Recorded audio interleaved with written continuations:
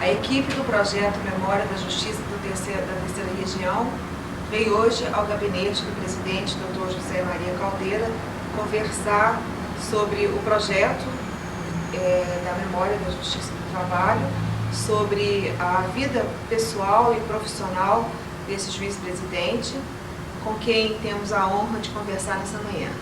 Dr. José Maria Caldeira é nascido em Barra Mansa, no Rio de Janeiro, apesar do pai ter sido um mineiro. Ele se considera mineiro de primeira hora e um carioca, um fluminense por acaso. Dr. José Maria Caldeira é casado com a dona Irene e pai da Andréia. Ele tem vários aspectos na sua vida profissional interessante que a gente vai poder conversar nessa manhã. E eu vou fazer rapidamente um relato do seu currículo. De 1954 a 63, Dr. José Maria Caldeira trabalhou na Rádio Nacional, formou em Direito em 1959 pela Faculdade da Universidade do Distrito Federal, hoje Universidade do Rio de Janeiro. Foi integrante do Ministério do Trabalho a partir de 1960, exerceu a chefia da Procuradoria Regional do Trabalho da Primeira Região de 74 até 77, foi promovido a procurador de primeira categoria para servir em Brasília. Ele foi subprocurador-geral da Justiça do Trabalho até 1983 e neste ano ele foi nomeado juiz do TRT da Terceira Região. Ele tomou posse no TRT em 22 de 11 de 83, eleito vice-presidente no biênio de 93-95, presidente para o biênio 95-97, autor da proposição que institui a memória da Justiça do Trabalho da Terceira Região. Doutor Caldeira, vamos começar falando da sua vida antes de 54, em Barra Mansa ainda, quando o senhor começou a se interessar pelo jornalismo, né, na rádio. É verdade isso? É verdade. Trabalhei em Barra Mansa, na rádio de Barra Mansa, que era sob a mesma propriedade da Rádio Industrial de Juiz de Fora, era a Rádio ZYJ2, Rádio Sul Fluminense. E lá tive inclusive contatos formidáveis até com o nosso conhecido juiz Maurício Campos Bastos, pessoa muito amiga. Ele então irradiava os jogos pela Rádio Industrial, como eu disse, também uma propriedade da Rádio Sul Fluminense. E nos conhecemos lá, fizemos uma grande amizade. E até hoje lembramos esses momentos saudosos inclusive, saudosos de Flamengo, sempre fomos, eu e ele. Mas é uma época realmente muito boa da nossa vida, porque, como diz o poeta, a idade tem o privilégio da recordação. E é bom que a gente possa sempre recordar as boas lembranças, não é? E dentro dessas boas lembranças está essa, revivida agora, nesses instantes, de ter passado lá em Barra Mansa, com bons amigos, mas depois a gente é obrigado, evidentemente, a sair para um centro maior, para estudar e tal, para desenvolver. Mas sempre as lembranças ficam, boas lembranças. Bom, então, de 54 a 63, o senhor se mudou, então, de Barra Mansa, foi buscar a capital da República, né, Rio de Janeiro, e lá trabalhou na Rádio Nacional. Certo, e, certo. Paralelamente, o senhor estudava, fazia o curso de Direito. Fazia o curso de Direito. Como é que foi a sua vida na Rádio Nacional nesse período? Deve ter sido, assim, experiências as mais valiosas possíveis. Muito valiosas, sobretudo porque na época a televisão começava ainda a engatinhar no Rio de Janeiro, através da TV Tupi. E a Rádio Nacional ainda era a rádio realmente esplendorosa, muita audiência em todo o país, e de onde brotavam os grandes programas, grandes novelas. E os programas de auditório também? De auditório também. Os talentos, quer dizer, vários talentos foram descobertos Paulo Gracindo, César de Alencar, Lúcio Alves, que é amigo pessoal nosso, Ari Barroso, por quem tive o privilégio de cantarolar as músicas dele, né? Essas músicas maravilhosas, que até hoje elas são decantadas em prosa e verso, Aquarela do Brasil, Baixa do Sapateiro. O senhor falou Aquarela do Brasil, só um minutinho, interrompendo o senhor. Pois não. Existe uma lenda, não sei bem se é essa versão, de que Guarani Barroso, ele tinha um programa de auditório, Tinha. de calouros, né? Tinha. E é verdade que, certa vez, uma pessoa chegou e disse que ia cantar um sambinha. Ele perguntou e falou assim, sambinha, como é que chama? A Aquarela do Brasil. Ah, Aquarela do Brasil, é o autor. Ah, não sei não. Não sei, Que o moço começou, quer dizer, fez que ia cantar e ele ficou foi possesso da vida. Certo, gongado, porque ele cultuava muito isso, né? A exaltação do autor. Claro. Isso é muito importante, para que realmente a gente conheça e não se esqueça das memórias, né? Por isso, daí essa implantação, passando rapidamente um pouco à frente, Sim. essa implantação do projeto Memória foi realmente gratificante para todos nós. Né? Nasceu de um bom fruto e realmente tem essas origens aí que devemos sempre preservar. Né? Certo. Doutor Caldeira, na Rádio Nacional, o senhor atuou como cronista esportivo e jornalista também de jornal falado. Isso. Como é que o senhor conseguia narrar ou dar notícias do Flamengo sem demonstrar assim, uma preferência? Essa paixão incurável. Era possível fazer era isso? Possível, é possível. O profissionalismo era maior Sempre, do que a paixão. Como todos, geralmente, os cronistas de hoje, quer dizer, sempre tem aquela flama no peito, né? Mas, em geral, sempre tem aquela tendência natural. Aquele que diz que não torce um clube qualquer, que realmente está escondendo um pouco a verdade, né? Exato. E o senhor também teve uma experiência numa agência internacional, UPI. United Press International, eu trabalhei lá. Também trabalhou. A gente traduzia textos e tal, e passava notícias para o Repórter Esso. Ah, o Repórter Esso. Isso, que era de lá. E a UPI mandava os Repórter Esso para a TV Tupi e para a Rádio Nacional. A Rádio Nacional. Isso. Deve ter sido... Elon Domingos, que era o nosso chefe, radiojornalismo, que era o locutor famoso, o vozeirão. Né? Exato. Doutor Caldeira, depois que o senhor decidiu-se pelo direito, sim. Porque na época, né, o senhor teve que realmente, no momento, ter que decidir pelo direito, o senhor então ingressou no Ministério Público do Trabalho em 1960. Certo. E a sua vida dentro do Ministério Público do Trabalho a partir dessa data? Como foi a evolução da sua vida profissional? A evolução natural, porque sempre com bons amigos, bons colegas na Procuradoria, tivemos aquele desenvolvimento para o próprio direito do trabalho, não é? Que era a nossa matéria pertinente. E eu tive um impulso muito grande, através do meu tio, ministro Caldeira Neto, na época era ministro do Tribunal Superior do Trabalho. O tribunal funcionava ainda no Rio de Janeiro, na época, e a Procuradoria do Rio de Janeiro, onde eu estava. Então meu tio deu aquele impulso. E eu gostava mais do direito criminal, sempre foi muito apaixonante no direito criminal. O direito criminal é realmente apaixonante, né? Seu lado jornalístico talvez tendesse para... Exato, talvez tivesse uma certa influência disso, né? Mas com as lições dele, os ensinamentos do tio, eu realmente me impulsionei, né, para o caminho do direito do trabalho e passei a gostar realmente, ver o direito do trabalho uma luz lá no fundo do túnel, né? Direito social, que realmente tem seus problemas no país, mas de qualquer forma a gente procura ajustar, procura cada dia mais dar aquele impulso, dar aquele apoio para que todos consigam realmente viver. Acho que é utópico até pensar assim, né? Numa época de paz demais, de direito social ajustado à realidade. Mas a gente procura sempre apurar um pouquinho mais, né? Dentro das medidas, dentro do possível, para que não se viva assim tão distante de uma realidade utópica, né? Bom, depois o senhor foi promovido a procurador para servir em Brasília. Isso, sou procurador da Justiça do Trabalho, através do ato do nosso procurador-geral de então, doutor Ranor Tales Barbosa, figura muito querida, depois tornou-se ministro do Tribunal Superior do Trabalho, agora já está aposentado e eu soube, inclusive, ele reside até em Portugal, está residindo lá. Eu pretendo até no futuro visitá-lo para lhe dar um abraço e tal. Mas é um plano ainda aqui. Não, mas é fácil de ser alcançado breve.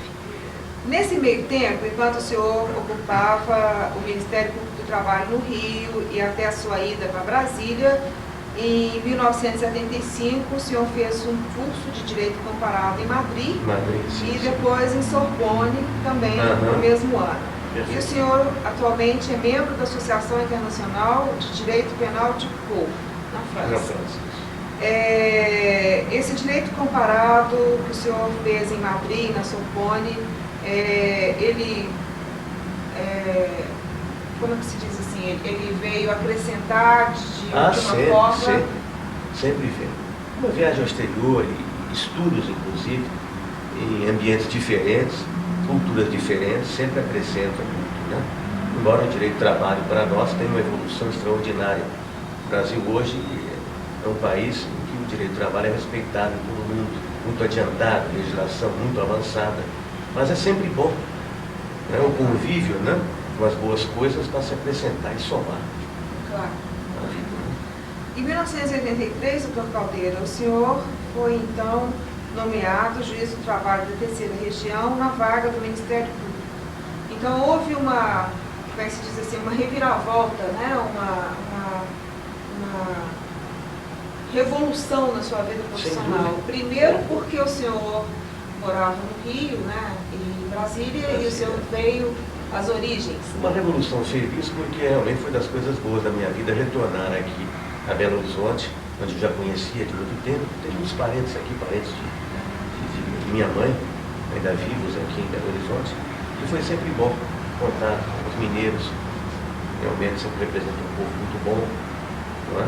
Uma candura e um carinho, todos especiais, não é? E foi muito bom retornar aqui a Belo Horizonte, exatamente na profissão que a gente abraçou. Né? Certo. E o senhor poderia fazer um paralelo, uma distinção entre a sua vida no Ministério Público e depois a sua vida como juiz togado do tribunal? Posso, inclusive, até retrocedendo um pouco, até a área jornalística, né? O jornalismo já se tem realmente já um painel, não é? No próprio direito. O jornalismo e o direito andam, às vezes, aí a passos largos e lado a lado, não é? Um talvez seja evolução do outro, e a facilidade, por exemplo, de redigir, que eu sempre tive, sempre gostei, dá esse impulso, não é? Essa facilidade. O direito realmente tem mais essa janela panorâmica, né? Essa facilidade de conhecimento com todas as outras matérias e todas as outras, todos os ensinamentos e lições que pelo mundo existem, né?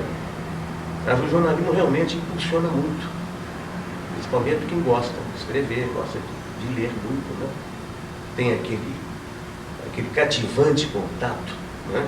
Com as massas, com o dia a dia, com a atualidade das notícias. Isso fascina a todos e ao povo, sempre procura, né? A opinião pública está sempre sedenta de boas notícias, né? E conhecimentos, e a pessoa se atualiza e caminha para e passo com o direito. Na época, então, do jornalismo, houve até um fato curioso. Em 1962, quando da morte de Marilyn Monroe, que era uma estrela, primeira grandeza no cinema, né? Eu estava preparando um programa de esportes de manhã, sozinho, lá na Rádio Nacional. Tínhamos um programa matinal, nos domingos, antes das realizações de futebol. Então, chegou a notícia pelo Telex, pelo Teletipo, antigamente era Teletipo, né? Hoje está mais evoluído, mas era Teletipo. Hoje tem fax. Tem o fax, né? E o Teletipo, então, trouxe a notícia, lá da Califórnia, de Los Angeles, dos Estados Unidos, de que havia falecido a Marilyn Monroe. E o noticiário tinha que ser colocado ali, naquele instante. O Heron Domingo não estava, não havia substituto dele, então domingo de manhã. Aí lá fui eu, no microfone, para dar notícia ao mundo da estrela. Isso foi um fato que realmente me marcou muito. 24 de agosto, parece, se não me engano, de 62, parece que foi a morte dele. De lá para cá, veio a evolução do jornalismo para o direito, mas continuei trabalhando e estudando, não perdendo, evidentemente, aquelas raízes, aqueles contatos. Mais tarde, passei à Procuradoria na Procuradoria, também o desenvolvimento já do direito do trabalho, do próprio jornalismo, por força da redação. Esses ensinamentos se conjugaram ali para mim, me deram mais força, mais apoio. E de lá para cá, em Brasília também foi muito boa a minha estada, permanência em Brasília, pelos contatos, evidentemente, com pessoas do Planalto, da Alta República. Né? E de lá para cá, foi um passo a mais para a vinda até o tribunal, para a judicatura. Eu sempre admirei. Fui nomeado, inclusive, na minha vida por 2 mineiros também. Juscelino Kubitschek, novidade presidente da Procuradoria, e depois pelo doutor Aureliano Chaves, que substituía o presidente Figueiredo na época. Ele então me nomeou para juiz do tribunal.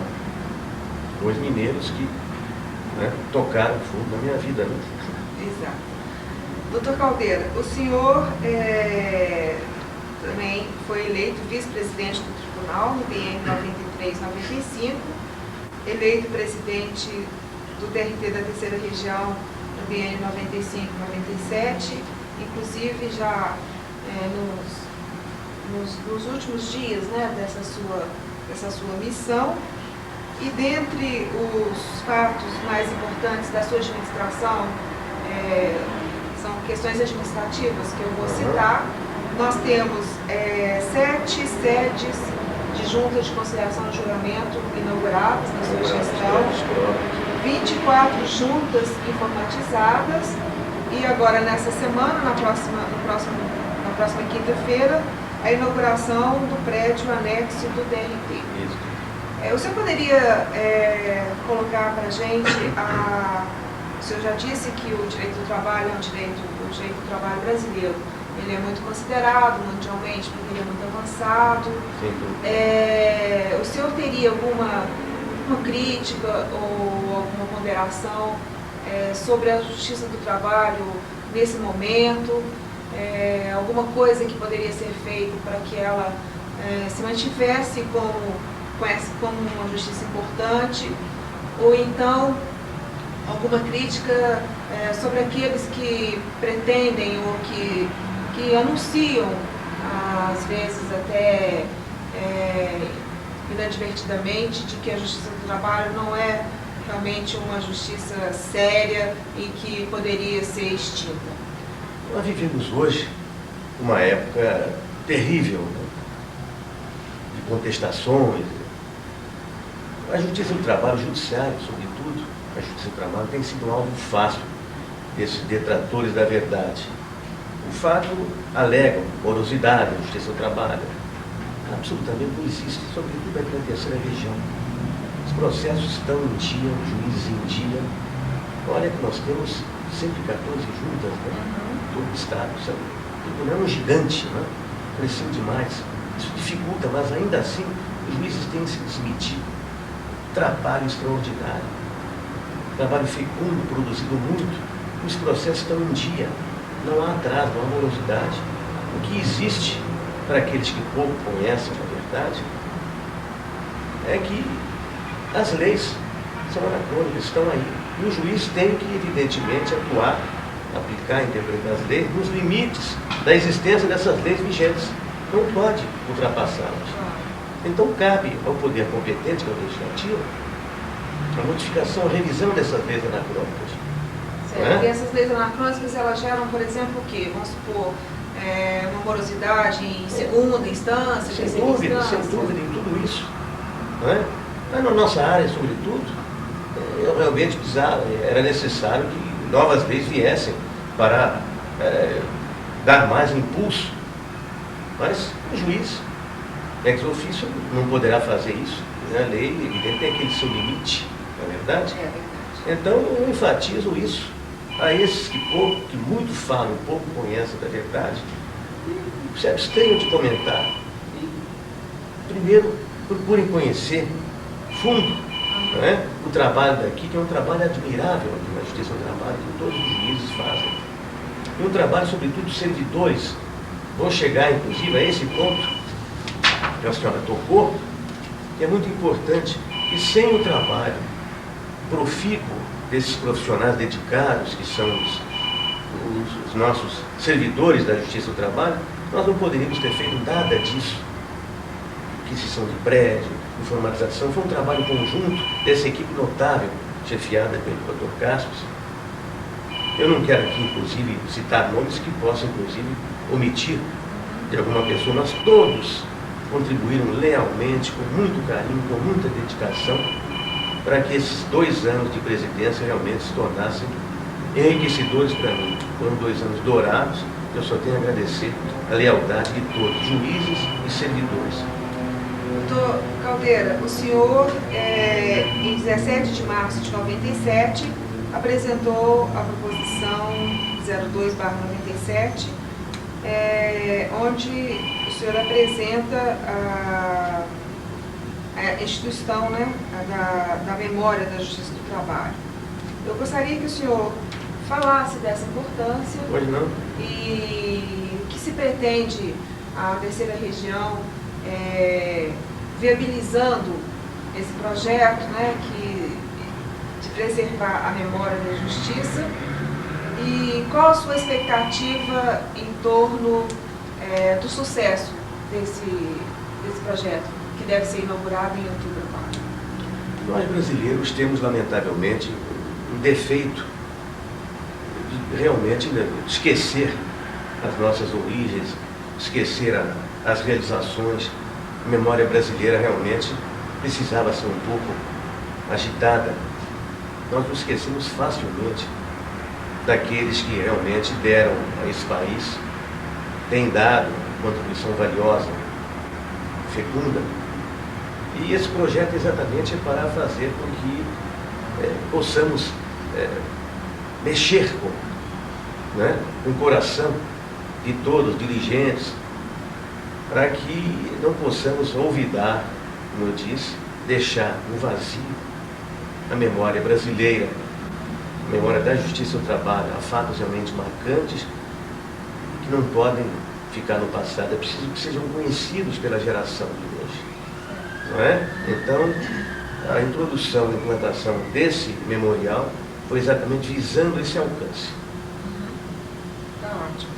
Doutor Caldeira, eu gostaria de agradecer em nome da equipe. Não, por favor. O seu pronunciamento, a sua iniciativa, que também consideramos ser de grande importância, e vamos caminhando para a consecução desse objetivo.